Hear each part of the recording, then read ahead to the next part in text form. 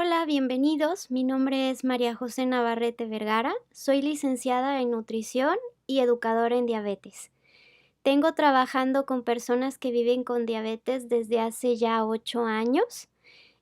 Prácticamente mi especialidad es trabajar con el conteo de carbohidratos en personas que viven con diabetes tipo 1, diabetes tipo 2 y prediabetes. Lo que vamos a estar platicando el día de hoy, pues es justo nuestra clase de principios nutrimentales para las personas que viven con diabetes. Esta es una clase bastante sencilla, pero muy importante porque nos va a sentar las bases de todas las demás clases que vamos a ver más adelante. Entonces, imagínense que estamos subiendo una escalerita y este es nuestro primer escalón. Bienvenidos. Cuando hablamos de nutrición en diabetes, tenemos que considerar que la principal meta que tenemos es alcanzar los niveles saludables de glucosa. Digamos que tenemos un rango de glucosa saludable. No queremos que estén ni muy altas las glucosas, pero tampoco muy bajas. Las técnicas dietéticas que nos ayuden a limitar estas altas o estas bajas de glucosa van a ser muy importantes. Todos sabemos que la alimentación juega un papel muy importante dentro de las personas que viven con diabetes. Y es precisamente que también la alimentación juega un papel muy importante en general de todas las personas. Entonces, tenemos que buscar patrones de alimentación que podamos estarle recomendando a nuestro consultante y que sean fáciles de llevar para la persona, que realmente lo pueda mantener y que el cambio no sea tan difícil de llevar para que pueda ser un cambio positivo en su estilo de vida. Entonces, la alimentación que es la más parecida a la del resto de su familia es algo que vamos a estar buscando. No existe un patrón de alimentación único ni que sea apropiado para todas las personas que viven con diabetes. Es decir, no hay una sola dieta o plan o cantidades de calorías o cantidades de carbohidratos o de grasas o de proteínas que funcionen exactamente igual para todos. Aquí lo más importante es planificar y diseñar de manera individualizada para cada uno de nuestros consultantes. Tenemos que promover y apoyar patrones que sean saludables, tratando de buscar variedad en la alimentación y que sean ricos en nutrientes, que las porciones que vayan a consumir sean las apropiadas para cada persona y que esto al final de cuentas nos pueda estar ayudando a mejorar su salud en general. Acuérdense que no solamente nos interesa tratar a las glucosas, sino también queremos mejorar el peso, la presión arterial, los lípidos, es en general todo. Por eso tenemos que buscar un plan de nutrición que pueda ayudarnos a cumplir esta meta. Los cambios en la alimentación para todo mundo por lo general suelen ser un poco difíciles de alcanzar. ¿Por qué? Porque bueno, sabemos que hay antojos, sabemos que hay mucha alimentación muy fácil de adquirir que no es saludable y porque principalmente nadie nos enseña a comer. Si ustedes se ponen a pensar, ¿quién es la persona que nos enseña a alimentarnos? Por lo general nuestras mamás y a su vez nuestras mamás aprendieron de sus mamás y así sucesivamente, pero realmente es poca la gente que acude a algún profesional de la nutrición a aprender a comer. Y entonces, si la mamá de nuestra mamá y a su vez así en cada generación se van pasando las recomendaciones o los hábitos o el aprendizaje de cómo alimentarnos, pues probablemente va a haber patrones que no sean beneficiosos para nuestra salud. Y como tenemos toda nuestra vida alimentándonos de esa manera, suele ser un poco complejo cambiarlo. Por eso nosotros como nutriólogos, como educadores en diabetes, tenemos que ponernos en esos zapatos y tenemos que ayudar a facilitar esos cambios para que sean positivos y para que realmente podamos impactar de manera positiva en la calidad de vida de cada persona. Hay que tratar de proporcionarle a nuestros consultantes la información adecuada y necesaria para que ellos puedan estar eligiendo de mejor manera tanto el tipo como la cantidad de alimento que desea consumir. y nosotros nos debemos de adaptar a las necesidades específicas de cada individuo. Es decir, lo ideal no es tener un menú, una hojita que le vayamos a dar a todos nuestros consultantes de la misma manera. Es decir, llega alguien que viva con diabetes y ya sé que le voy a dar la dieta para persona que vive con diabetes. Y eso como tenerlo como un machote. Eso está totalmente desaconsejado. Cada persona va a tener muchísimas características muy diferentes entre ellos y nosotros tenemos que buscar la mejor manera de recomendarle todo lo que sabemos que ya es saludable, pero adaptándolo a las necesidades, a sus horarios, a sus gustos, a su tratamiento, etcétera. Entonces, digamos que no hay solamente una recomendación que se le tenga que dar a todos por igual. Aquí la palabra clave de la presentación y de la clase del día de hoy es individualizar. Tenemos que estar haciendo todas las recomendaciones de manera personalizada. Cuando hablamos del manejo de las diabetes, hay algunos puntos que tenemos que tomar en cuenta. Por ejemplo, hay que ajustar las metas de control, también la recomendación de actividad física, hay que hacer un diseño del plan de nutrición adecuado a los gustos y las necesidades del consultante. Y tenemos que tomar en cuenta para esto, por ejemplo, el tratamiento médico que va a estar adecuado a sus capacidades. Las señales de alarma de hipoglucemia y cómo corregirlas son un punto fundamental también dentro del tratamiento. Y el automonitoreo de glucosa, porque sabemos que ese es el que nos va a estar dando la información de si todos estos parámetros están bien ajustados o debemos de hacer algún cambio en ellos. El objetivo del plan de nutrición que tenemos que considerar los profesionales de la nutrición a la hora de estar diseñando un plan de nutrición es, primero que nada, proveer la cantidad apropiada de energía y de nutrientes para que tengamos un crecimiento y un óptimo desarrollo. También necesitamos alcanzar o mantener un peso saludable. Ya es bien conocido que un peso en exceso, una persona con obesidad, una persona con sobrepeso, va a tener comorbilidades. Entonces, tenemos que asegurar que la persona no esté ni muy baja de peso ni muy elevada porque tanto uno como el otro va a tener efectos negativos en la salud. Entonces, nosotros vamos a hacer nuestro cálculo de calorías en función de la evaluación del estado nutricio que le hagamos a nuestro consultante. Entre la información que vamos a tomar en cuenta es precisamente el peso sano. También es muy importante alcanzar o mantener el control glucémico, pero acuérdense que no solamente nos interesa tratar a la glucosa, sino también si es que la persona trae lípidos elevados, hay que tratarlo y hay que tomarlo en cuenta dentro del diseño del plan de nutrición, así también como si la persona vive con presión arterial elevada. Acuérdense que estos 3 puntos que acabo de mencionar, si están en descontrol, van a aumentar el riesgo de comorbilidades microvasculares. Otro de los objetivos del plan de nutrición también es asistirle a la persona que vive con diabetes tanto para la prevención como para el tratamiento de situaciones especiales como pudieran ser hiperglucemias, hipoglucemias, algunas otras enfermedades cuando realiza ejercicio porque sabemos que puede haber ya sean o altas de glucosa o bajas de glucosa, si llegara a consumir alcohol, etcétera.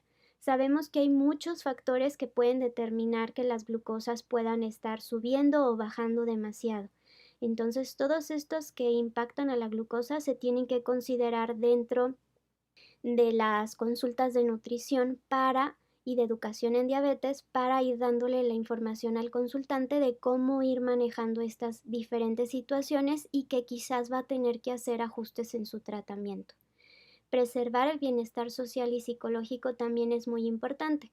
Y para los que no nos dedicamos al área de la psicología, pues no es un punto que podamos tratar de una manera muy experta nosotros porque no es a lo que nos dedicamos, pero sí hay que considerar que si nosotros le damos la información de manera puntual, práctica, si nosotros escuchamos al consultante, si nosotros diseñamos el plan de nutrición adecuado a sus necesidades, a lo que nos está pidiendo, a lo que le gusta, Pues obviamente vamos a impactar de manera positiva a nivel tanto social como psicológico y va a ser más sencillo para el consultante realmente alcanzar las metas. Y ya sabemos que una persona que empieza a ver efectos positivos tanto en su salud como por ejemplo en sus estudios laboratoriales, pues se va a sentir más motivado y por ende vamos a alcanzar y a mantener los resultados por más tiempo.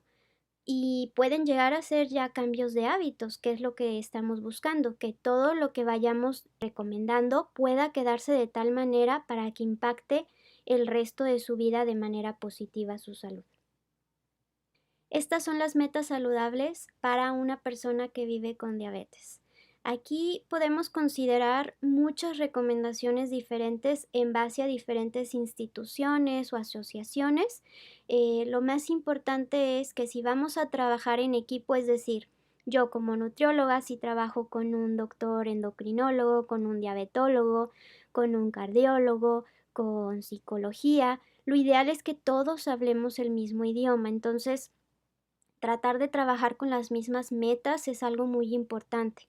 Por ejemplo, nosotros en Diabetum, que es en donde yo trabajo, utilizamos las siguientes metas. Por ejemplo, cuando hablamos de glucosas en ayuno, también estamos considerando glucosas preprandiales y aquí lo que queremos es que estén abajo de 110 miligramos sobre decilitro.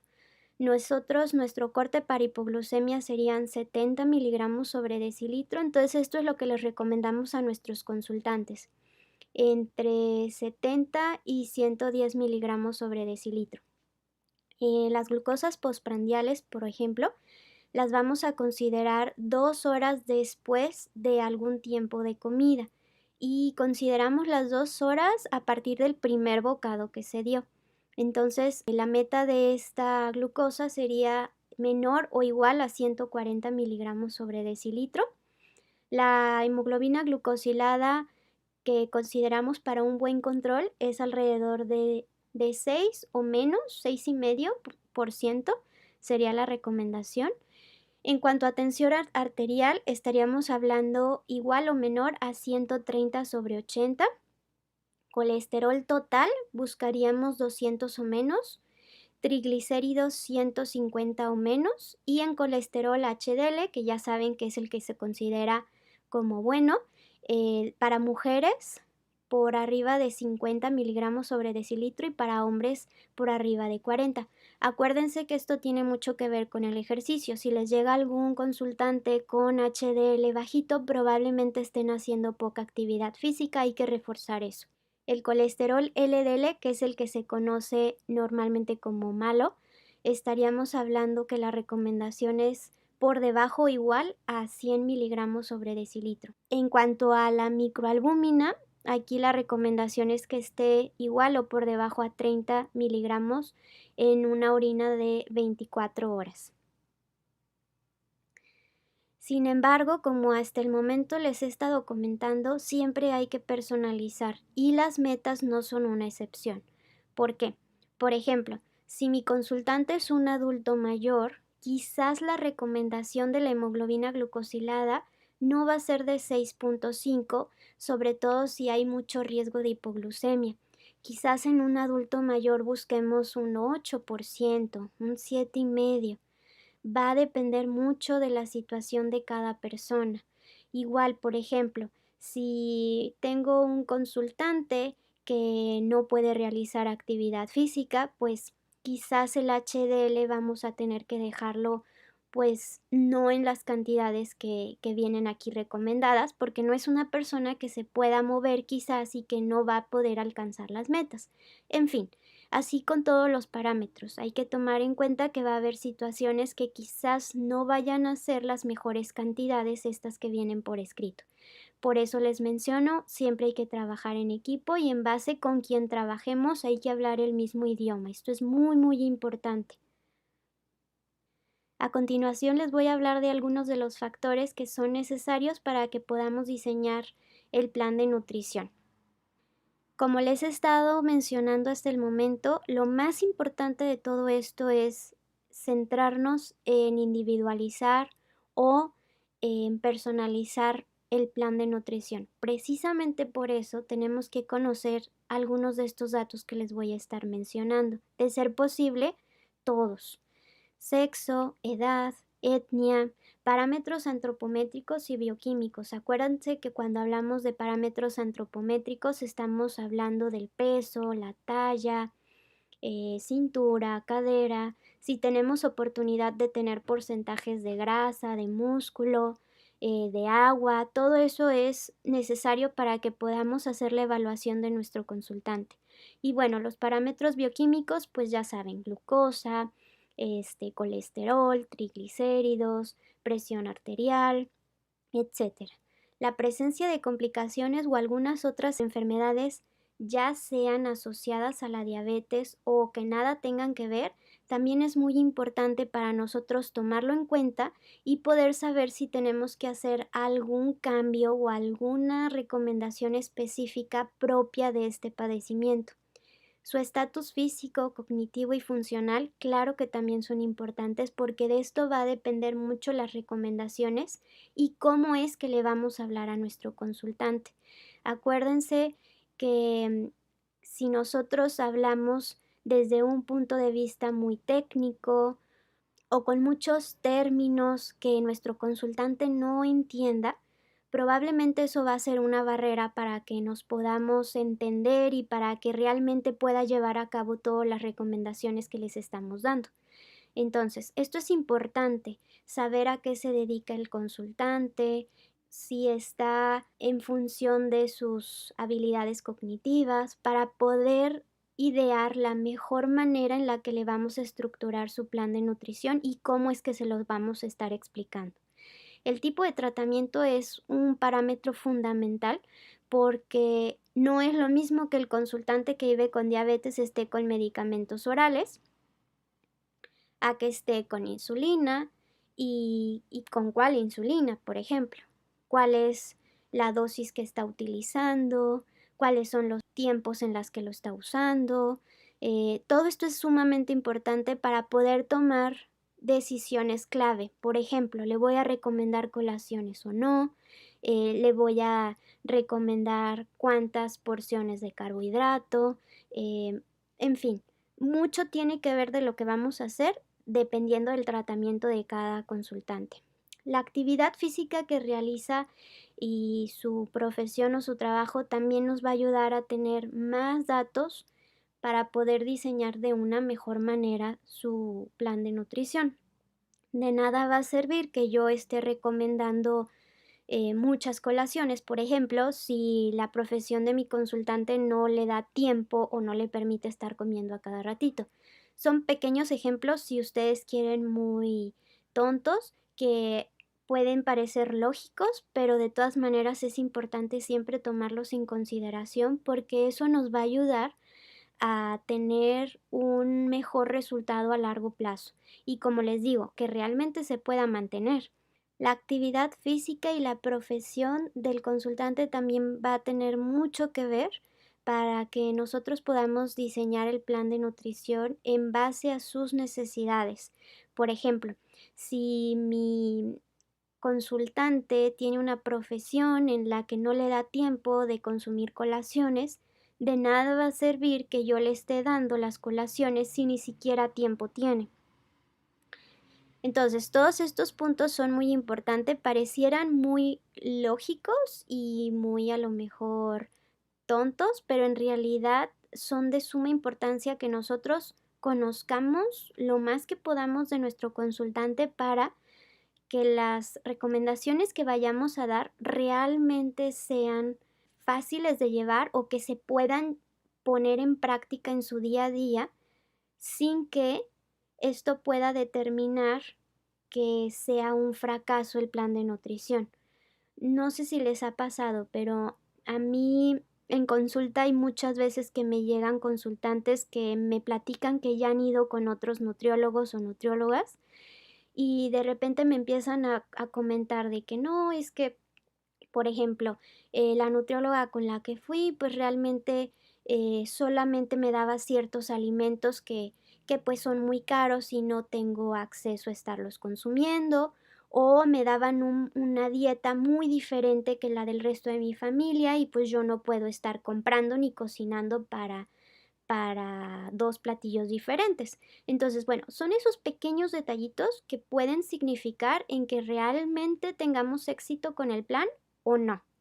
Entonces, básicamente lo que tenemos que hacer es, pues, lo más parecido a lo que hace la persona, claro, buscando que sean recomendaciones de lo que ya sabemos que es saludable para la persona y buscando pulir lo que ya está haciendo para que cada vez sea mejor y que en realidad sí pueda tener esos efectos a largo plazo y no nada más por un par de semanas.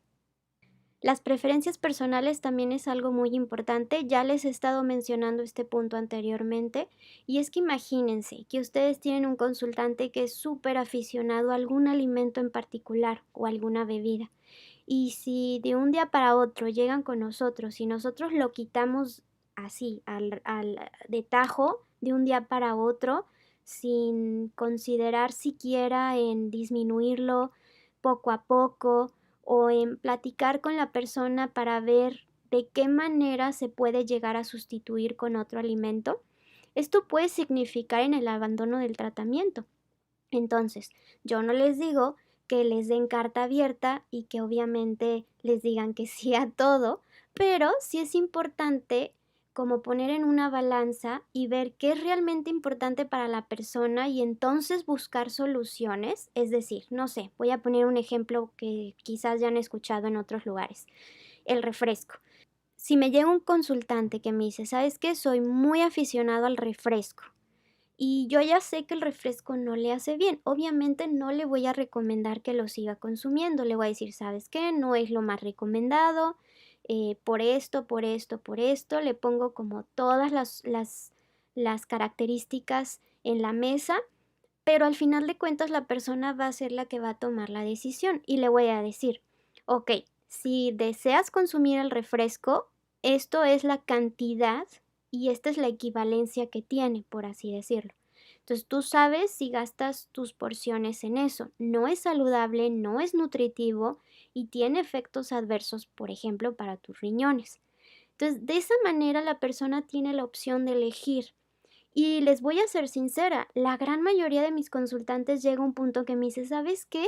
No vale la pena. La verdad es que prefiero comer, no sé, tortillas, frijoles, fruta, en lugar de tomarme mis porciones en un refresco que no me va a quitar el hambre.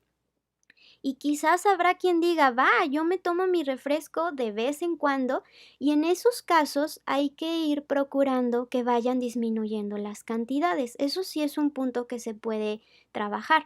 Decir, ok, te vas a tomar, si te tomabas, no sé, 1 litro al día, pues vámosle bajando a, no sé, medio litro y después de un tiempo vamos intentando a 1/4 y así hasta que podamos dejarlo. Entonces, bueno. No todas estas recomendaciones son aptas para todas las personas y eso va a depender mucho ya de nuestra sensibilidad y lo que vayamos conociendo de la persona para ver cuál es la mejor recomendación para esa persona en ese momento. Si mi consultante en ese momento llega súper motivado y me dice, yo soy súper afecto a la coca o al refresco, me encanta, pero estoy muy motivado y lo dejo. Ah, perfecto, no lo voy a decir, ay, no, no, no, tienes que irlo dejando poco a poco, ¿eh? Si alguien llega ya hecho a la idea, perfecto, de ahí nos vamos, y seguimos dando las recomendaciones para lo demás. O sea, no le voy a restar esa motivación que la persona ya trae. A lo que voy es, todo lo tenemos que ir decidiendo en ese momento conforme vayamos escuchando al consultante y cuáles son sus necesidades, sus miedos, sus preocupaciones y conforme nuestra experiencia y nuestro conocimiento, pues ya ir buscando la manera más adecuada para hacer los cambios. Está muy comprobado que hacer tantos cambios tan drásticos de un momento a otro, por lo general, no tienden a poderse mantener. Entonces, bueno, eso ya también depende de cada persona y cómo les gusta ir trabajando a ustedes. Pero como les digo, la parte crucial es escuchar a tu consultante y de ahí vas tomando las decisiones y vas platicando con la persona para ver cuáles son los pasos a seguir. El sistema de soporte social también es muy importante, sobre todo, por ejemplo, en ancianos, en adultos mayores o en niños, que por lo general tienen a una persona que los cuida. Entonces, todo este trabajo que les estoy comentando, pues lo tenemos que hacer a través de ellos. Es una persona más con la que tenemos que trabajar. Los recursos económicos, así como las influencias culturales y creencias, también juegan un papel importante.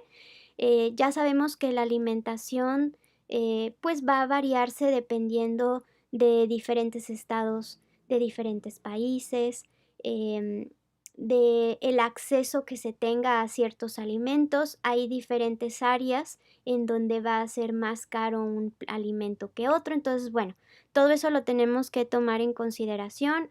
Por ejemplo, las temporadas también van a tener mucho que ver. Si yo estoy recomendando un alimento en particular que no es temporada en este momento, pues obviamente va a ser que se convierta en más caro o más difícil de acceder a él.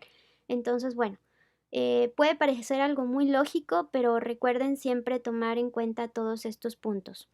La disponibilidad de alimentos saludables, así como el estilo de vida, los deseos individuales, las metas de control metabólico, también hay que tomarlas en cuenta. Y aquí voy a hacer un pequeño comentario con el tema de las metas de control metabólico.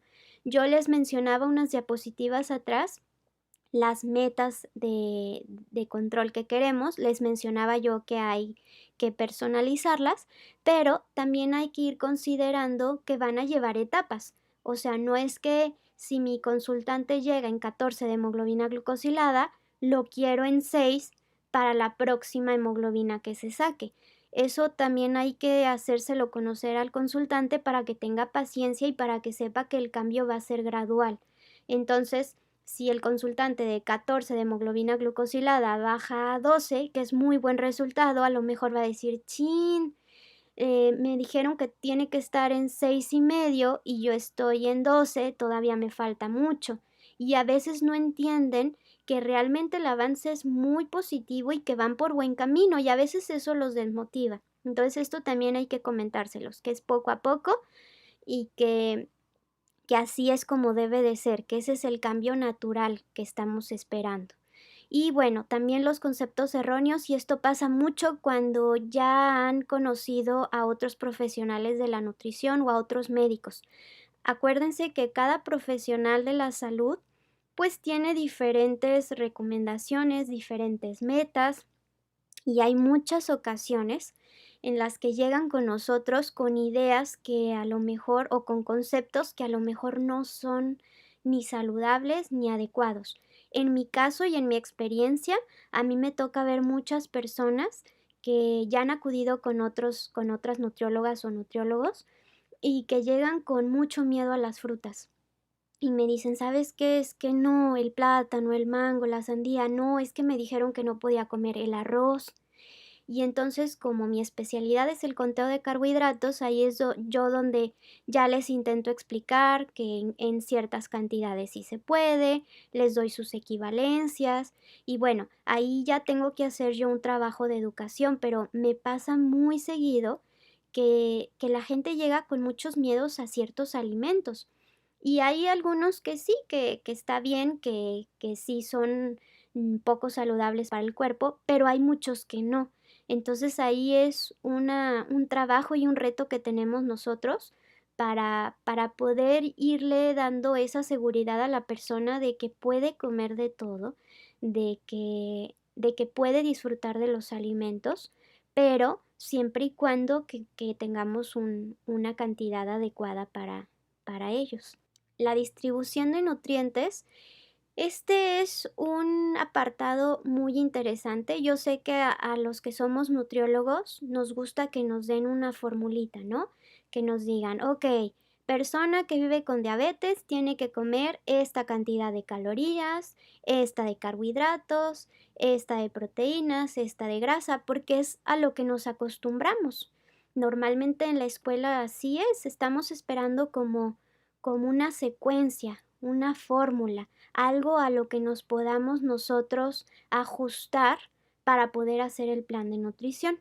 Pero lo que nos dice la evidencia es que ya no hay una cantidad específica que sea ideal para todas las personas que viven con diabetes. Es decir, no hay una cantidad ideal ni de carbohidratos, ni de proteínas, ni de grasas que sea de manera específica o especial para una persona que vive con diabetes. Aquí lo más importante es que nos debemos de basar en la evaluación individualizada de la persona que tenemos, a la cual le vamos a diseñar su plan de nutrición, tomando en cuenta todo lo que les mencioné anteriormente. Asimismo, proporcionarle las herramientas que sean prácticas al consultante para que él pueda desarrollar patrones de alimentación que sean saludables, en lugar de centrarnos en los macronutrientes, micronutrientes o un alimento en particular de manera individual. Es decir, lo que queremos es que la persona siga manteniendo el placer de comer al proporcionarle un mensaje sin prejuicios en función de la elección de sus alimentos. Claro, tenemos que limitar las elecciones de los alimentos cuando sepamos que no son saludables para la persona, pero no trabajar en función del miedo, de decirle, ¿sabes qué? Es que si comes plátano te va a elevar muchísimo la glucosa. O, ay, no, es que el arroz te va a elevar muchísimo y entonces tú a fuerzas tienes que comer arroz integral. Pero si la persona no le gusta o le sale más caro o no lo puede conseguir, y entonces ya se queda con esa idea de que cierto alimento es malo. Entonces, a lo que voy es esto. Hay que recomendarle, obviamente, lo que sabemos que es saludable a la persona y lo que sabemos que no, pues vamos a tratar de evitarlo, pero siempre y cuando que sepamos que las cantidades son las adecuadas. Acuérdense que no es lo mismo comer a lo mejor, no sé, 10 tortillas cuando en realidad le tocaba comerse 3. Y entonces no es que esté mal comer tortillas, sino que estamos abusando, porque aparte de las 10 tortillas se está comiendo, no sé, el jugo de naranja y aparte está consumiendo un plato grande de frijoles y no sé, muchísima cantidad de alimento que no es la que le toca a la persona. Entonces, eso es lo que les recomiendo, que se enfoquen en las cantidades, que eduquen a la persona a hacer mejores elecciones, que les demos las herramientas para que puedan tomar mejores decisiones. Bueno, como les comentaba anteriormente, no hay una cantidad específica en cuanto a los porcentajes de macronutrientes, pero les quise dejar este ejemplo de la guía de Diabetes UK, que por ejemplo en esta guía únicamente nos hablan del porcentajes de grasas, tanto proteínas como carbohidratos. También mencionan que no hay un porcentaje ideal para personas que viven con diabetes. Grasas nos recomiendan hasta un 35% y grasas saturadas 10% de la cantidad total de calorías. Y bueno, esta es la recomendación que nos da la norma oficial 015 de nuestro país, que básicamente aquí sí nos dan recomendación de porcentajes. Por ejemplo, nos hablan de un 15% para proteínas, grasas de un 30 o menos por ciento, grasas saturadas de 7 o menos por ciento, grasas monoinsaturadas alrededor de un 15% del valor total, carbohidratos de un 50 a un 60 y sucrosa un 10 o si se puede menos del porcentaje total. Entonces, bueno, si se fijan, son cantidades que son bastante generales y que en realidad nos hablan de una dieta saludable. Podemos utilizarlas, pero como les digo, hay que personalizar, hay que ver qué sí funciona y qué no para cada consultante. Cuando hablamos de macronutrientes, voy a empezar con mis favoritos, que son los carbohidratos. Y pues básicamente los carbohidratos sabemos que representan el nutriente más abundante sobre la superficie terrestre y La razón por la que son mis favoritos, pues, es básicamente porque son los que tienen más efecto sobre la glucosa postprandial, y es precisamente porque, los carbohidratos se convierten en glucosa sanguínea casi al 100% y sabemos que lo van a hacer dentro de aproximadamente los 120 minutos después de haber sido ingeridos, o sea, 2 horas. Y de aquí viene, si ustedes no sabían, la recomendación de por qué es que medimos las glucosas antes del tiempo de comida y 2 horas después. Esto tiene mucho que ver. Entonces, bueno, hay que tomar en cuenta que la reducción de la ingesta de carbohidratos para las personas con diabetes, sobre todo diabetes tipo 2, ha demostrado que puede ayudar a mejorar la glucemia y que puede aplicarse en una variedad muy amplia de diferentes patrones de alimentación. Es decir, la cantidad de carbohidratos la podemos llevar a cabo en un plan de conteo de carbohidratos o de un sistema que utilicemos como el de mi plato o por ejemplo en una dieta con equivalentes. O sea, podemos hacer muchísimos patrones diferentes o muchísimos tipos de dietas en las que podemos hacer este, este cuidado o esta reducción con los carbohidratos. Y esto nos puede ayudar a satisfacer diferentes necesidades y preferencias individuales, que hasta el momento, si recuerdan, es lo que les he dicho que es lo más importante de la clase del día de hoy. Ahora, los planes de alimentación que son muy bajos en carbohidrato, estamos hablando de alrededor de un 26% o menos del total de las calorías de todo el día. Pues básicamente este tipo de planes de nutrición que ahorita pues están de mucha moda y que mucha gente está utilizando porque les ayuda a perder peso, pues básicamente no se recomiendan para personas que están, para mujeres que están embarazadas o en periodo de lactancia, tampoco para los niños porque esto puede representar que no tengan su óptimo crecimiento o desarrollo. Para las personas con enfermedad renal tampoco es una opción y para las personas con trastornos alimenticios o en riesgo de padecerlos no es tampoco una opción. Y hay que tener mucho cuidado con este tipo de planes muy bajos en carbohidratos para personas que están utilizando inhibidores del cotransportador de sodio glucosa tipo 2 debido a que pudiera generar algún potencial riesgo de cetoacidosis. Entonces, básicamente, este tipo de planes de nutrición muy bajos en carbohidratos no son para todas las personas y a largo plazo pueden significar un reto importante porque seamos realistas.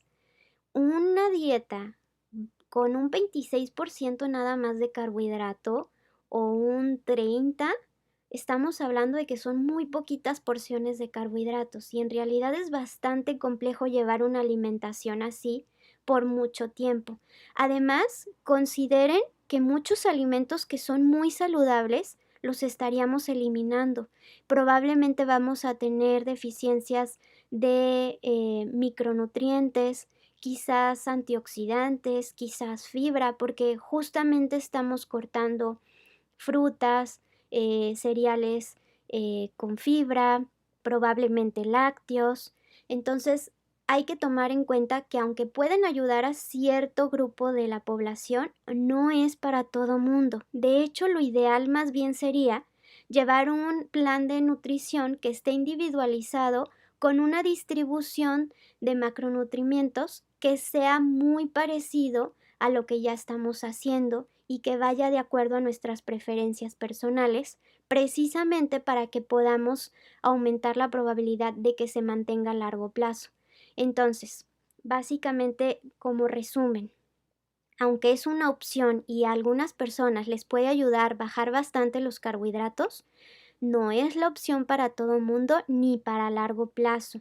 En realidad lo que tendríamos que hacer más que nada es minimizar la ingesta de carbohidratos refinados o de azúcares añadidos. Y eso hay que tomarlo en cuenta para población en general, no solamente en personas que viven con diabetes, para diabetes tipo 1, diabetes tipo 2, prediabetes, todo, resistencia a la insulina, intolerancia a la glucosa, en general, personas que quieren perder peso, todos deberíamos de seguir estas recomendaciones. Todos los productos procesados son los que contienen más químicos y por ende, por lo general, más sal y más azúcar. Entonces, nos tendríamos que centrar en disminuir a ese tipo de alimentos y más bien buscar alimentos que sí tengan carbohidratos, pero que sean de una fuente más natural y con mayor cantidad de fibra. Por ejemplo, frutas y verduras, leguminosas, productos lácteos, cereales integrales. Estos son los grupos en los que queremos gastar nuestras porciones de carbohidratos, porque sabemos que en general nos van a ayudar para toda nuestra salud. Nos van a ayudar a tener mejor peso, nos van a ayudar a tener mejor presión arterial, mejor cantidad de lípidos en sangre, etcétera. Entonces, eso es lo que tenemos que centrarnos y buscar. Cuando les hablo del grupo de alimentos ricos en carbohidratos, voy a estar utilizando la misma clasificación del Sistema Mexicano de Alimentos Equivalentes y básicamente sería el grupo de azúcares en donde encontramos mermeladas, refrescos, mieles, etc. El grupo de cereales y tubérculos en donde encontramos papa, cereales de caja, tortilla, galletas, etc. Frutas, que ya saben todas, no sé, manzana, pera, durazno, etcétera. Lácteos, que únicamente voy a estar considerando a la leche, al yogur y al jocoque. Acuérdense que, sobre todo para los que no son nutriólogos, tanto quesos van a estar dentro del grupo de las proteínas. Cuando hablo de leguminosas me refiero al frijol, a la lenteja, al garbanzo, soya. Y verduras, únicamente voy a estarme refiriendo a la zanahoria, el betabel y los chícharos, ¿de acuerdo? Que son los que tienen un poquito más de carbohidratos y que pueden generarnos un poquito más de elevación en las glucosas postprandiales. Y si hablamos de carbohidratos, como ya les mencioné anteriormente, lo ideal es preferir los que son de origen natural y disminuir los procesados. ¿Por qué? Porque sabemos que es ahí donde se encuentran los azúcares añadidos.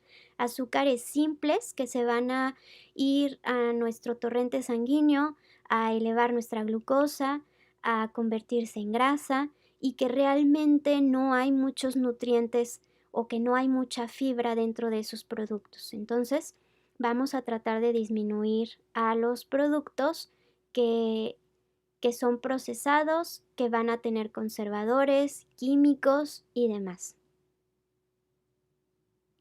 Ok, cuando hablamos de carbohidratos nos enfrentamos a una discusión muy importante. ¿Qué es más importante, la cantidad o la fuente? Y básicamente, cuando tomamos en cuenta monitorear la cantidad de carbohidratos, resulta ser una estrategia muy útil para mejorar el control glucémico postprandial. Es decir, la cantidad de carbohidratos consumida va a ser el principal predictor de la respuesta glucémica, sobre todo en personas que se encuentran en reemplazo fisiológico de insulina. Cuando me refiero a este punto, estoy hablando de las personas que utilizan insulina basal bolo. Entonces, sobre todo en este tipo de consultantes, va a ser muy importante considerar la cantidad de carbohidratos, o sea, los gramos totales que van a consumir, porque de eso va a depender la cantidad de insulina que tienen que aplicar. Entonces, entre más carbohidratos consuma la persona, por lo general la tendencia es que la glucosa va a subir en mayor cantidad o en mayor proporción. Ahora, no significa que los carbohidratos son malos y que yo le tengo que quitar absolutamente todos. Como ya les mencioné anteriormente, hay alimentos que son ricos en carbohidrato y que siguen siendo nutritivos y que son esenciales para nuestra nutrición. Por eso la idea no es quitarlos. Además de que sabemos que hay muchos factores que van a influenciar en la glucosa, no solo la comida. Por ejemplo, está súper bien demostrado que las cuestiones como las emociones, el estrés, la ansiedad, también van a generar algunos tipos de elevación de glucosa o de descontrol en las glucosas de nuestros consultantes. Entonces, bueno, la estrategia a seguir no es quitar los carbohidratos, es saber en qué cantidad se la voy a recomendar a mi consultante y elegirlos de la mejor calidad posible. ¿Para qué? Para que me nutran, para que a mi consultante le pueda ir bien en todos los aspectos de su salud. En el pasado, y realmente no tan en el pasado, creo que todavía sigue estando vigente en muchas personas. Una persona que vive con diabetes por lo general tiene muchas etiquetas. Todas las personas que saben este diagnóstico tienden a hacerlo sentir culpable si lo ven consumiendo azúcar o algún alimento que tiene azúcar. Es como decir, una persona que vive con diabetes no debe de consumir absolutamente nada con azúcar. Y muchas personas se van al extremo de pensar que si el alimento no tiene azúcar, entonces adelante, no hay ningún problema, es carta abierta. Y en realidad esto no es así.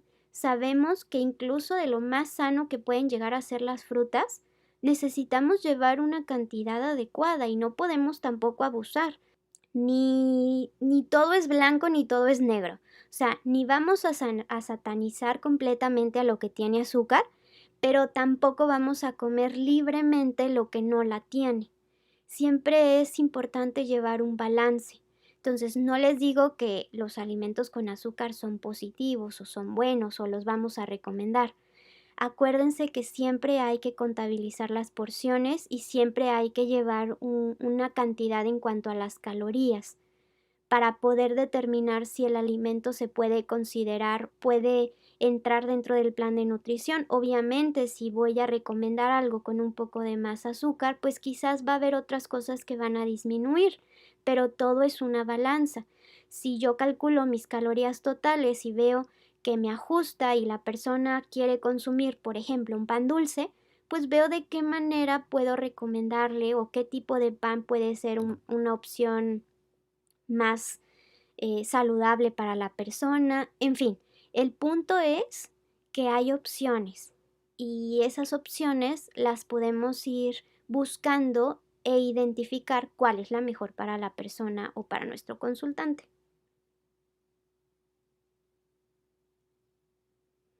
En este estudio tenemos que básicamente se evaluó la cantidad versus el tipo de carbohidrato.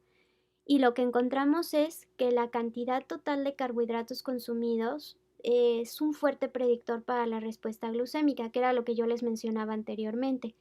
A mayor cantidad de carbohidrato, probablemente más mayor sea la elevación de la glucosa. Para poder establecer esta relación, si nosotros monitoreamos los gramos totales de carbohidrato, pues nos puede ayudar a alcanzar un mejor control glucémico. Y esto lo podemos llevar a cabo de muchas maneras, por ejemplo, con el conteo de carbohidratos o con algún otro sistema de intercambios, con algún otro plan de nutrición, nos puede ayudar a alcanzar esta meta. Este otro estudio es bastante importante, es muy interesante porque aquí lo que se hizo fue estar evaluando planes de nutrición con alimentos con índice glucémico alto y en comparación de planes con alimentos con índice glucémico bajo. Lo que se encontró fue bastante interesante porque nos dicen que con respecto al efecto glucémico de los carbohidratos, en general, la cantidad de gramos de carbohidratos presentes en las comidas pareció ser más importante que el tipo o que la fuente. Es decir, que no porque el plan de nutrición fuera con puros alimentos de índice glucémico bajo, fuera mejor que el plan de nutrición con los de índice glucémico alto. O sea, más allá si es uno u otro, lo que más impacta a nivel de la respuesta glucémica postprandial, sobre todo, es la cantidad de carbohidratos que se comió la persona. En esta guía del 2018 de Diabetes UK También nos hablan que la cantidad de carbohidratos ingeridos es el principal determinante de la respuesta de glucosa en sangre postprandial, pero que el tipo de carbohidratos también puede afectar la respuesta. Es decir, no significa que con esto podamos recomendar consumir azúcar al por mayor y que va a ser el mismo efecto que un alimento saludable, porque sabemos que a nivel de salud general, el alimento con azúcar pues va a tener efectos adversos a largo plazo y va a afectar a otros órganos. Entonces no se trata de eso, pero sí de dar la importancia a la cantidad total de carbohidratos. Ya tomándolo como ahora sí como una conclusión, gracias a estos estudios se pudo indicar que tanto azúcares como almidones tienen respuestas glucémicas similares. No digo que sean iguales, pero sí similares, sobre todo a las 2 horas. Si pueden ver la imagen que tengo aquí abajo, ya para las 2 horas ya van muy parecidos, aunque la curva que hizo el índice glucémico alto y en comparación del índice glucémico bajo es muy diferente. Sin embargo, a las 2 horas la respuesta es similar. Tomando en cuenta esta información, pues nos da lugar a la implementación del conteo de carbohidratos, en donde vamos a estar utilizando porciones en base al contenido de carbohidratos para poder hacer el plan de nutrición, sin importar si su procedencia es azúcar o almidón. Y vuelvo a lo mismo, el conteo de carbohidratos no se trata de recomendar azúcar al por mayor, simple y sencillamente que todos los alimentos se cuentan de la misma manera. Y bueno, ya para el tema de conteo de carbohidratos, esa va a ser otra clase, pero esta es la introducción. En la más reciente publicación de Diabetes Care nos mencionan que se recomienda que tanto niños como adultos con diabetes reduzcan la ingesta de carbohidratos refinados con azúcares añadidos, que era lo que ya les había mencionado anteriormente, y que nos empecemos a centrar más en los carbohidratos saludables, que básicamente mencionábamos que eran vegetales, leguminosas, frutas, productos lácteos y granos enteros. Cuando hablamos de índice glucémico, estamos mencionando que es un sistema que se utiliza para la clasificación de los alimentos que contienen carbohidrato, y esta clasificación está basada en el potencial que tienen para elevar la glucosa. Básicamente lo que hace el índice glucémico es medir el área bajo la curva de la glucosa en respuesta a un alimento de prueba que contenga una cantidad fija de carbohidratos, en este caso de 50 gramos de carbohidrato comestible. Y esto se va a comparar con la respuesta de un alimento control, que podrían ser 50 gramos de alimento estándar, que puede ser como el pan o la glucosa. Los alimentos se clasifican de la siguiente manera. El índice glucémico bajo sería si obtiene una puntuación de 55 o menor a ella.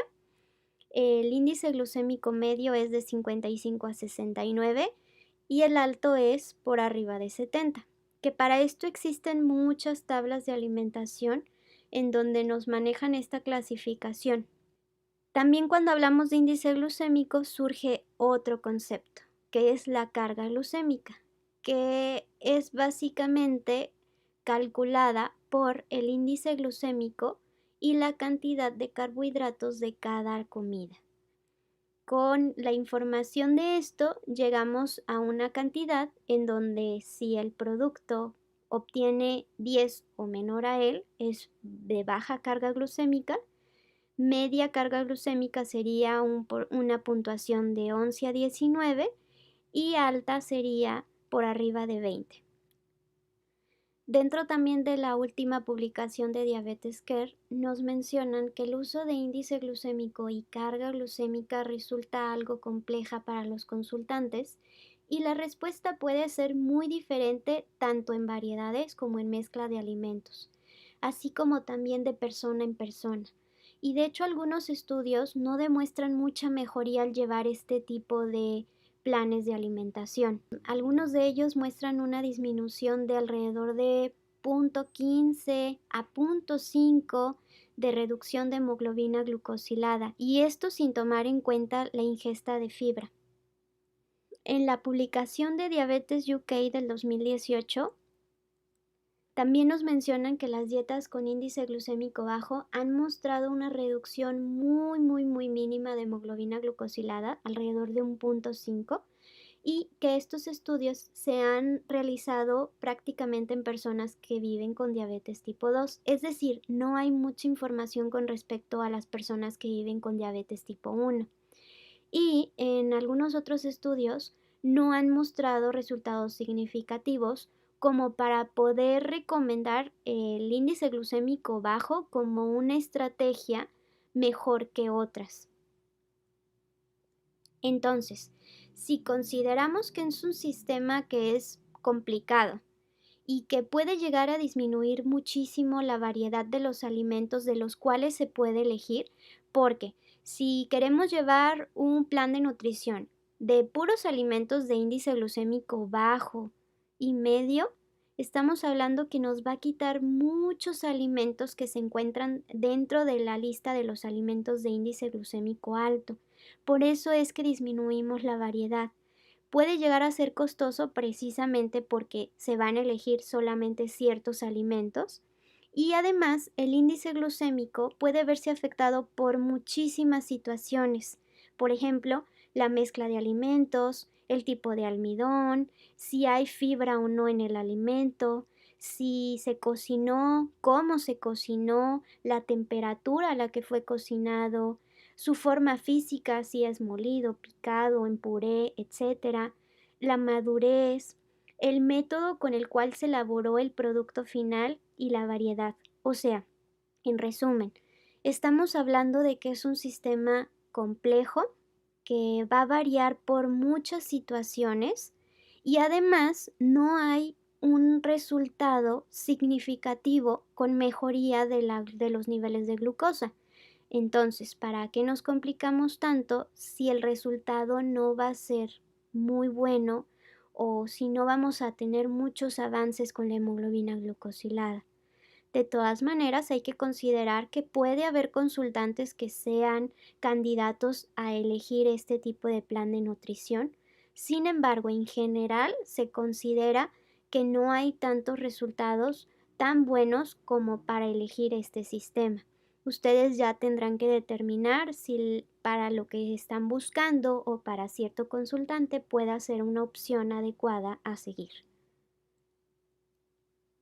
Cuando hablamos del siguiente macronutriente que vamos a estar mencionando, que son las proteínas, pues básicamente nos vamos a enfocar en que en las personas que viven con diabetes tipo 2, al parecer puede incrementar su respuesta de la insulina.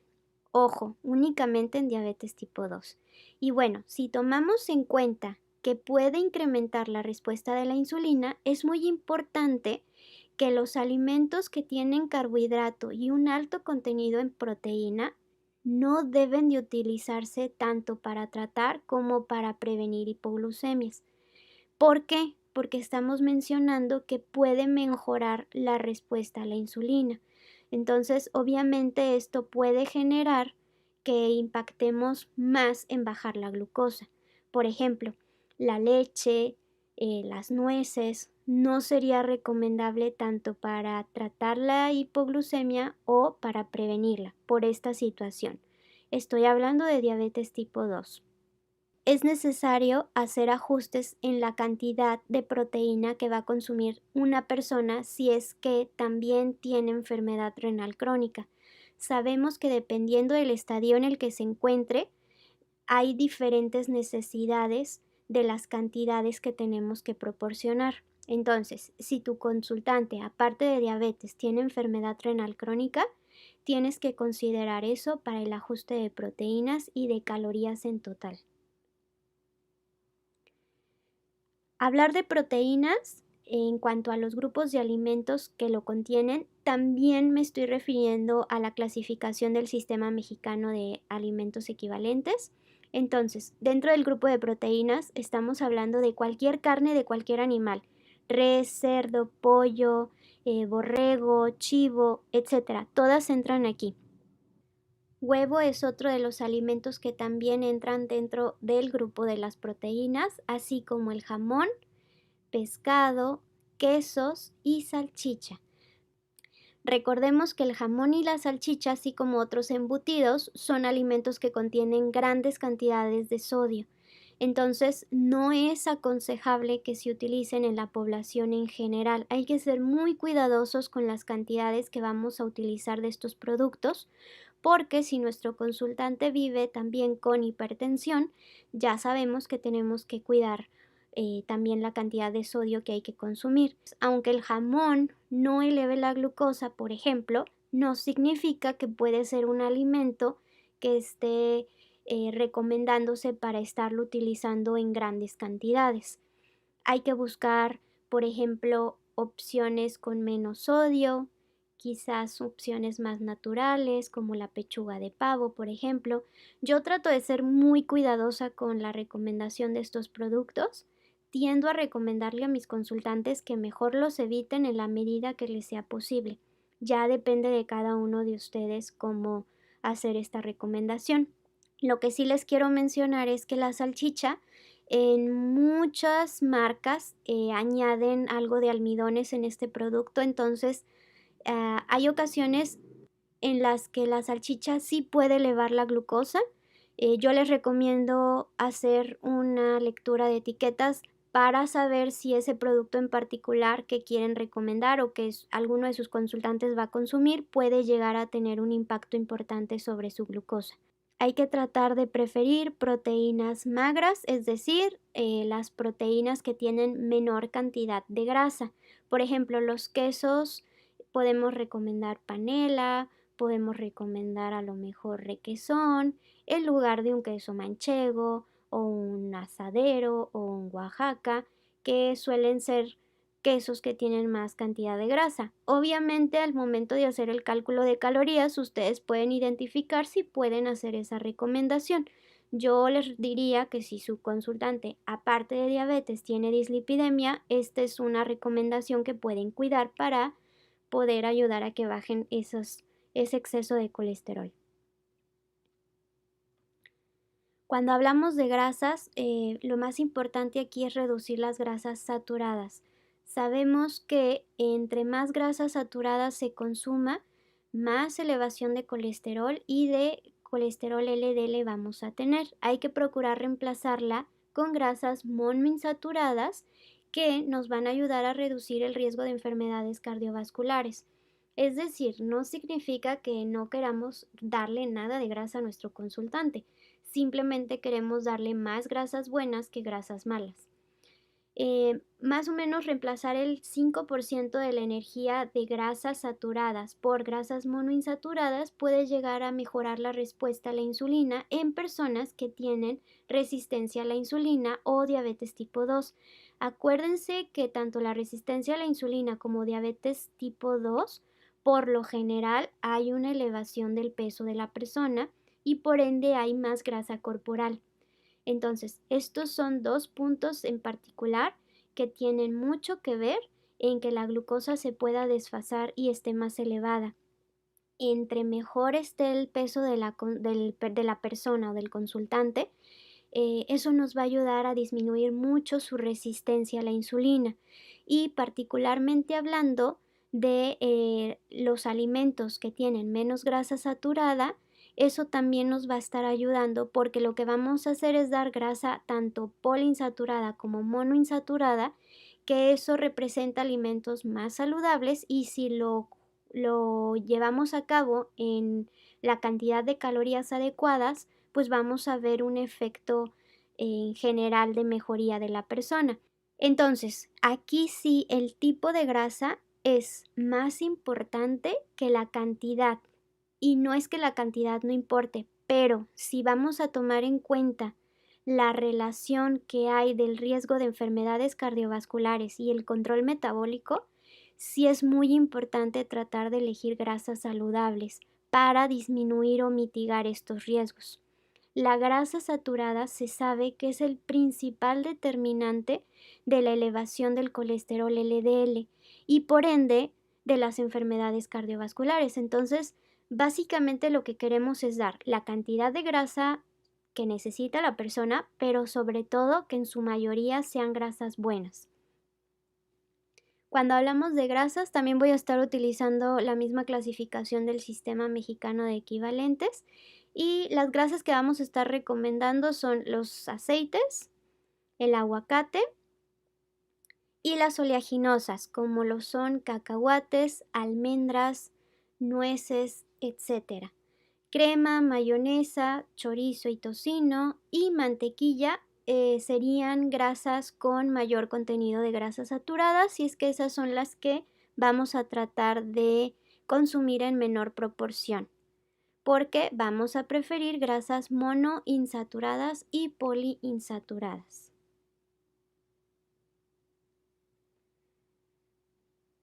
Hablando de proteínas y grasas en comidas combinadas, se ha demostrado por algunos resultados en algunos estudios recientes que comidas que contienen un alto contenido de grasa y o también un alto contenido de proteína, es decir, carbohidratos junto con mucha grasa o carbohidratos con mucha proteína o carbohidratos con mucha grasa y proteína, voy a ponerles un ejemplo, una rebanada de pizza.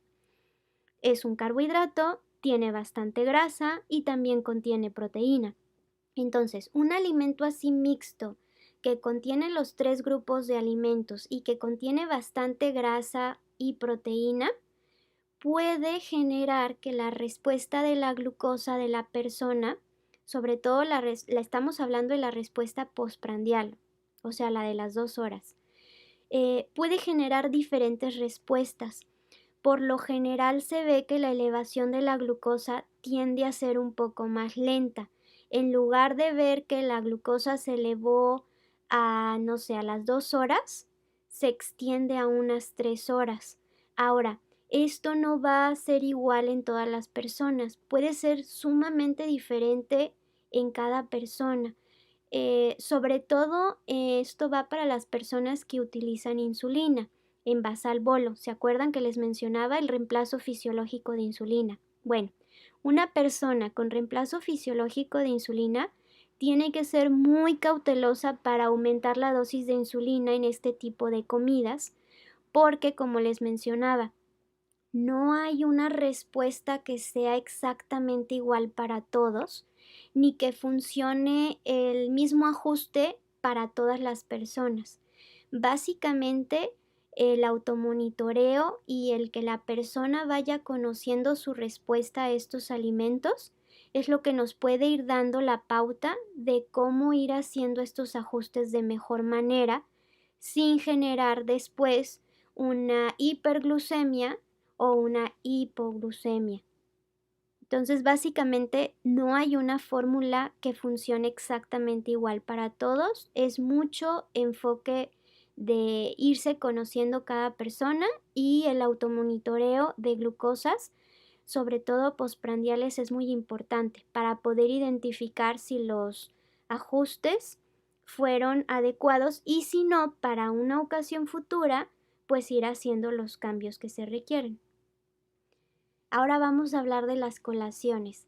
Este es un tema muy polémico porque normalmente cuando hablamos de diabetes, muchísimos profesionales de la nutrición ven como una ley el dar colaciones. Muchas personas creen que por tener un plan de nutrición en el que dan colaciones ya es especial para alguien que vive con diabetes. Y déjenme les digo que no es así. Las colaciones son otro punto que tenemos que considerar para personalizar. Y es que básicamente depende mucho del tratamiento, de las preferencias y los horarios de cada persona. Por ejemplo, si la persona está en un reemplazo fisiológico de insulina, es decir, están utilizando insulina basal bolo, significa la insulina bolo que se tiene que aplicar por cada vez que se consuman carbohidratos. Entonces, Imaginemos que yo como nutrióloga le dejo a mi consultante 5 tiempos de comida, es decir, desayuno, comida, cena y 2 colaciones intermedias.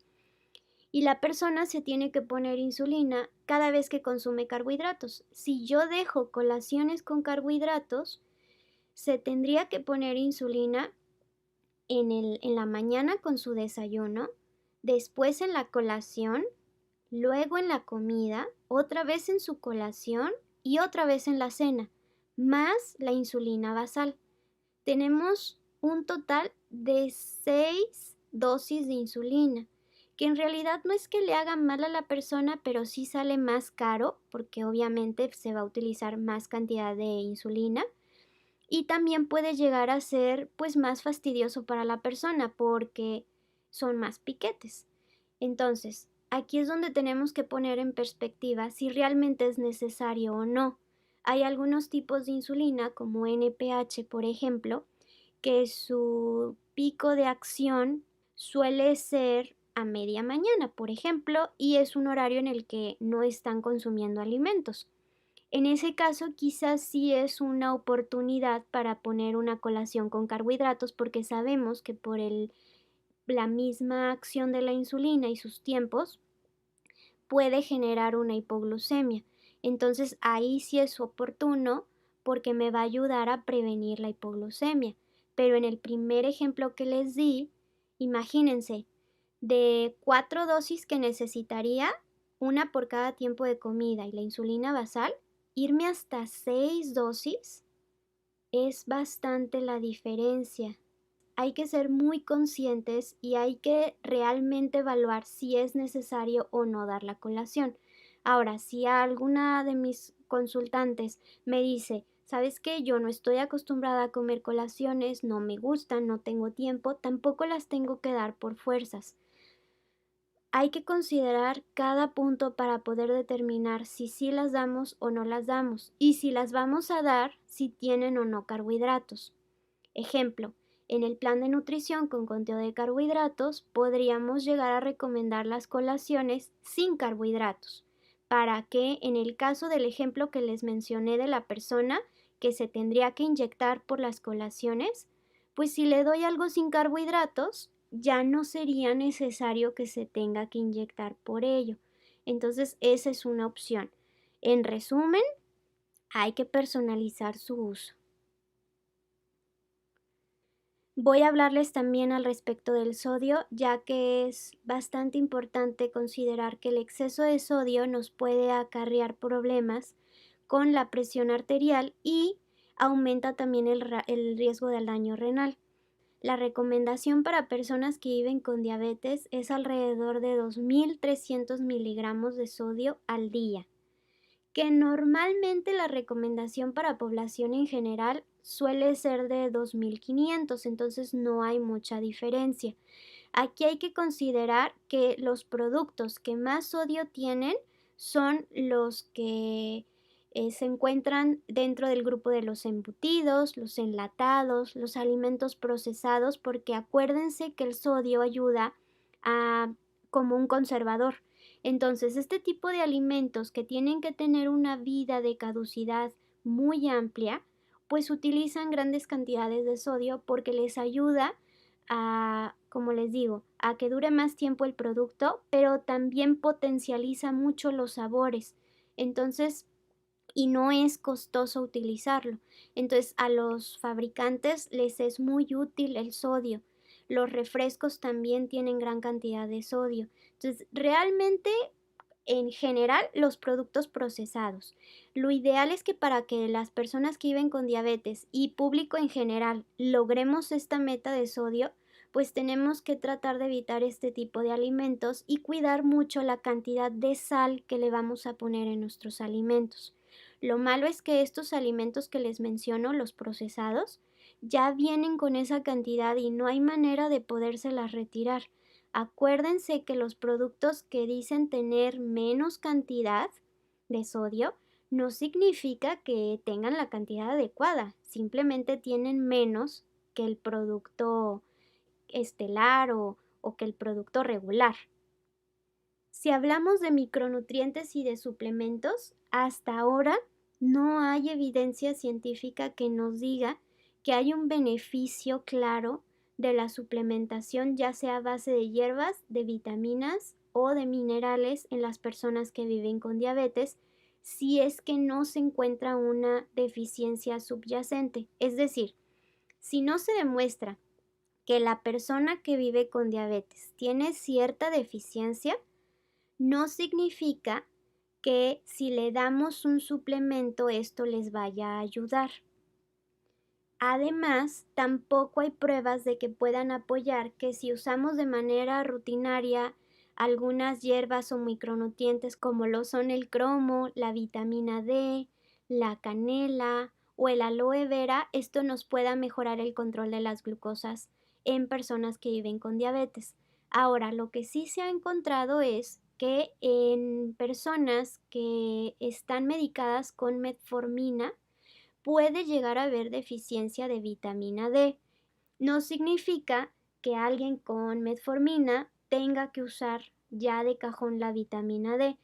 Lo que sí se recomienda es que en esa persona, como ya se conoce que pudiera haber una deficiencia, se hagan más periódicamente estudios de la vitamina D para poder saber si la deficiencia está presente o no, y en ese caso ya se recomienda la vitamina D. Acuérdense que la vitamina D es liposoluble. Si la damos de cajón sin saber si hay deficiencia, pues pudiera generar que haya de más y que pueda llegar a ser tóxico. Entonces sí se recomendaría que antes de suplementarla tengamos la evidencia de que la persona está con una deficiencia. Fibra. Lo ideal es que se consuma de 14 a unos 20 gramos de fibra por cada 1000 calorías en la persona que vive con diabetes, o otra de las recomendaciones es que en mujeres más o menos se consuma unos 25 gramos al día y en hombres alrededor de unos 38 gramos al día. Lo que sí sabemos es que consumir al menos la mitad de todos nuestros granos como granos enteros nos puede ayudar a llegar a esta meta. Es muy común que las personas no alcancemos estas cantidades de fibra. Por eso, si nosotros recomendamos el consumo de frutas y verduras, de cereales enteros, podemos buscar y alcanzar la meta. De lo contrario, va a ser muy complicado. Muchas de las personas creen que con consumir una rebanada o dos de pan de caja con fibra, ya tienen su consumo de fibra total, y en realidad si nos ponemos a revisar la cantidad de fibra que tienen este tipo de panes es muy pequeña. Los que con más cantidad de fibra que he llegado a ver son de 2 gramos, pero en general los más comunes llegan a tener 1.2, 1.3 gramos de fibra. Entonces, a mí me sirve mucho este ejemplo para explicarle a mis consultantes, porque les queda como un poquito más claro que necesitan mucho más que eso para alcanzar la meta. Y en los consultantes que tienen problemas para poder evacuar, esto también les ayuda a entender por qué están teniendo problemas. Acuérdense que es muy importante que siempre que recomendemos el consumo de fibra, tiene que ir acompañado de bastante agua y de actividad física. De lo contrario, nada más vamos a hacer un tapón. Nuestra cantidad de agua natural suficiente, actividad física de manera constante, y la fibra nos va a ayudar a hacer la fórmula perfecta para poder recomendarlo a nuestros pacientes que tienen problemas de estreñimiento. La fibra soluble es la que está asociada a mayores efectos benéficos sobre el control de lípidos y la reducción de enfermedades cardiovasculares, así es que hay que tratar de preferirla. Cuando nos referimos al consumo de alcohol en personas que viven con diabetes, es muy importante brindar la sesión educativa a nuestros consultantes sobre el consumo seguro del alcohol, porque el consumo de alcohol, por lo general, está asociado con hipoglucemias, sobre todo en personas que tienen un buen control de glucosa, y Aquellas que están en tratamiento con insulina también es más factible que puedan tener eventos de hipoglucemias después de haber consumido alcohol. Por eso es muy importante explicarle al consultante cuáles son los cuidados que debe de tomar para cuando vaya a consumir este tipo de bebidas. Hay que considerar que las hipoglucemias pueden ocurrir a niveles relativamente bajos de ingesta de alcohol y que se pueden llegar a ver hasta 12 horas después de que se consumieron. No se recomienda que se consuma alcohol si la persona tiene hipertensión y está descontrolada, si tiene hipertrigliceridemia. Ya sabemos que si una persona tiene alrededor de 500 miligramos sobre decilitro de triglicéridos y aparte consume alcohol, estamos hablando de que puede haber un problema bastante fuerte con su páncreas. Entonces es totalmente desaconsejable en personas que tienen triglicéridos muy altos. No solo de 500, desde más bajitos en adelante no hay que recomendar su consumo en ellos. Y pues obviamente en personas, en mujeres embarazadas tampoco aconsejamos el consumo de alcohol. Cuando hagamos nuestra sesión educativa con nuestros consultantes al respecto del consumo de alcohol, yo les recomiendo que les mencionen estos puntos. Primero que nada, díganles que deben de consumirlo acompañado de alimentos. Si una persona consume alcohol y no consume alimentos, el efecto del alcohol va a ser todavía mayor. Segundo, si nuestro consultante se encuentra dentro de un plan de nutrición en donde cuenta carbohidratos, hay que evitar contar la bebida alcohólica como porción de carbohidrato. Es decir, la bebida alcohólica no la va a contar, solo va a contar los alimentos con lo que lo va a acompañar. ¿Por qué? Porque como les mencionaba hace un momento, la bebida alcohólica nos aumenta el riesgo a la hipoglucemia. Entonces, si la persona la cuenta dentro de su plan de nutrición, probablemente va a ser todavía mayor el riesgo a la hipoglucemia. Tercero, si va a haber algún tipo de actividad física y también alcohol en el mismo momento, es muy importante considerar que esto va a aumentar la posibilidad de hipoglucemia. Voy a ponerles un ejemplo. Si mi consultante va a una boda y está bailando y aparte está consumiendo bebidas alcohólicas, la actividad física, que es el baile más el alcohol, pues nos está duplicando la posibilidad de que la glucosa baje de más.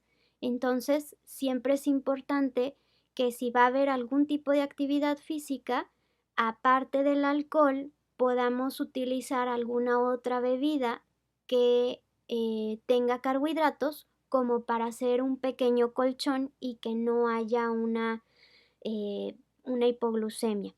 Ejemplo, en lugar de consumir en la boda bailando el tequila con agua mineral, pues a lo mejor puede ir tequila con algún refresco, en este caso normal, que no sea light, para ayudar un poquito a que si se está moviendo mucho y aparte está consumiendo alcohol, bueno, pues el refresco que va junto con la bebida alcohólica nos puede ayudar ahí a mitigar un poquito la baja de glucosa.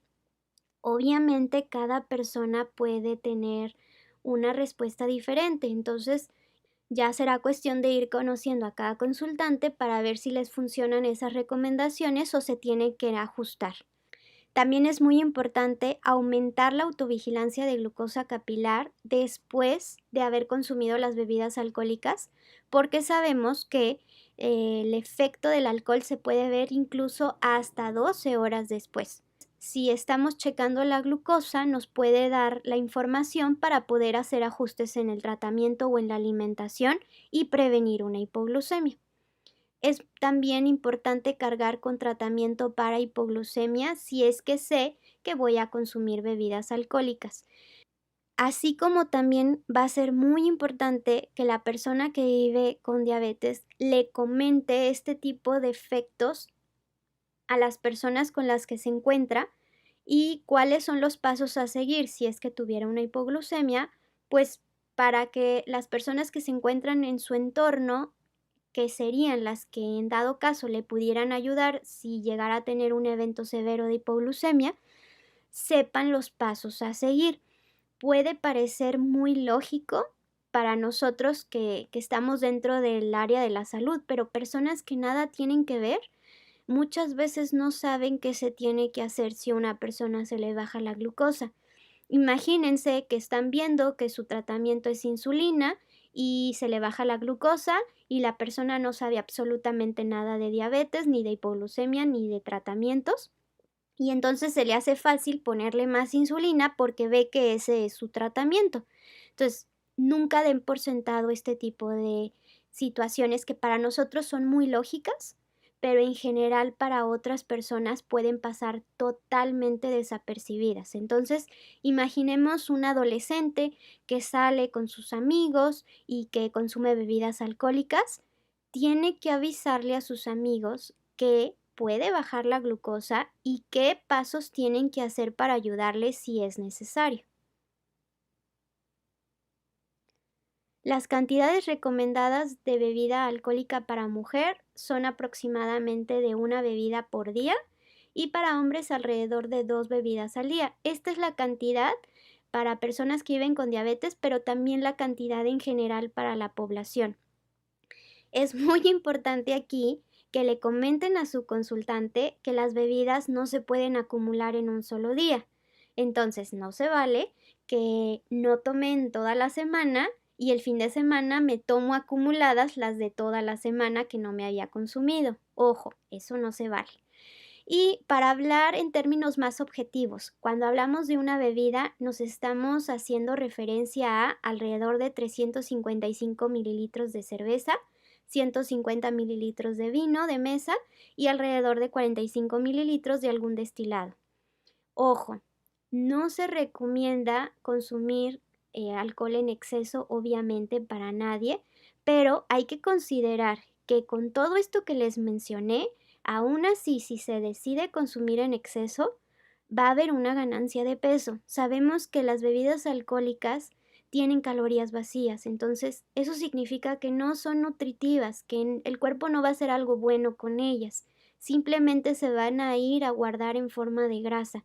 Entonces, una persona que está tratando de perder peso, si consume cantidades importantes de bebida alcohólica o lo hace de manera frecuente, aunque sea poquito, probablemente no va a tener el resultado que está esperando con su peso. Así es que hay que cuidar la cantidad también en ese aspecto. El ejercicio para personas que viven con diabetes se recomienda tanto ejercicio aeróbico como ejercicios de resistencia. Los dos tipos han demostrado que ayudan mucho al control de la glucosa. Hay que tratar de evitar el ejercicio durante los niveles de glucosa por arriba de 250 o por debajo de 70 miligramos sobre decilitro. Si la persona que vive con diabetes realiza ejercicio por arriba de los 250 miligramos sobre decilitro de su glucosa, es muy probable que pueda haber una cetoacidosis gracias a que la glucosa no está ingresando a las células como es debido y precisamente el ejercicio va a acentuar esa situación y va a generarnos un efecto adverso en lugar de ayudarnos a mejorar. Y cuando los niveles están muy bajos, pues por obvias razones, obviamente va a aumentar el riesgo de hipoglucemia. Si hacemos ejercicio y la glucosa ya estaba baja, la tendencia es a que siga bajando. Y por último, en ejercicio planificado, si ya se está viendo que la tendencia de nuestro consultante es que le disminuye la glucosa, bueno, se puede generar una reducción de la dosis de insulina, pues para prevenir precisamente la hipoglucemia. Y si no se puede hacer la reducción de insulina, entonces ahí podríamos utilizar algunas colaciones adicionales de carbohidrato.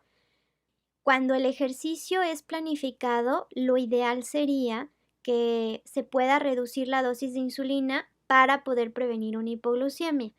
Si el ejercicio no fuera planificado o la persona no supiera hacer esos ajustes, lo más probable es que se va a requerir una cantidad adicional de carbohidratos. Por lo general, lo que recomendaríamos es alrededor de una porción de carbohidratos por cada 30 minutos de ejercicio intenso.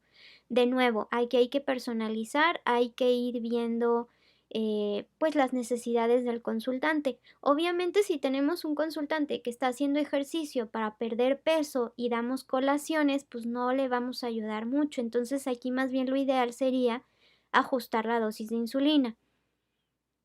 Y lo que se recomienda aproximadamente son 30 minutos de ejercicio al día o más, si se puede, en la mayoría de los días por semana. De manera más específica, hablando en niños y en adolescentes que puedan llegar a tener diabetes tipo 1, 2 o prediabetes, se les recomienda realizar alrededor de 60 minutos de ejercicio al día. Este ejercicio puede ser aeróbico, ya sea de moderado a vigoroso. Y en adultos con diabetes tipo 1 o tipo 2, también se les recomienda realizar ejercicio, más o menos unos 150 minutos de ejercicio aeróbico, ya sea de intensidad moderada a vigorosa, esto en la semana. Si se puede realizar más, claro que es bienvenido.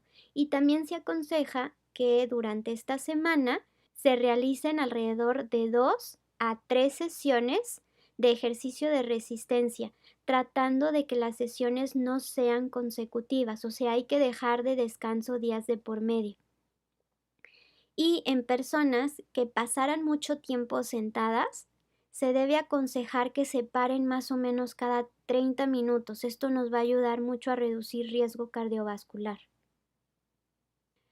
Ya para terminar con nuestra sesión educativa del día de hoy, les quiero compartir mis conclusiones.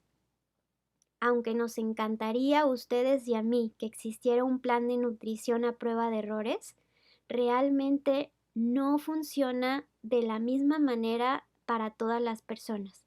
Así es que lo más importante de todo es individualizar y personalizar nuestros planes de nutrición con las preferencias de nuestros consultantes y su estilo de vida, para que podamos ayudarlos a lograr los niveles deseados tanto de glucosa como colesterol, triglicéridos, presión, peso, etcétera.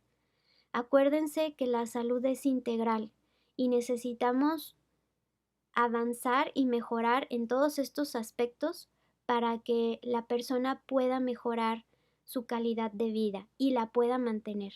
Asimismo, los estudios nos indican que la cantidad de carbohidratos, así como el tipo de carbohidratos en los alimentos, tiene un efecto en el nivel de la glucosa.